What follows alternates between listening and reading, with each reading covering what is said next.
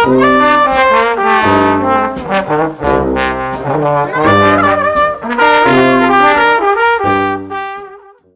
to day 21 of our 100-day Python coding challenge. Today, we're diving into an exciting programming problem, printing the digit 9 using stars in a creative pattern.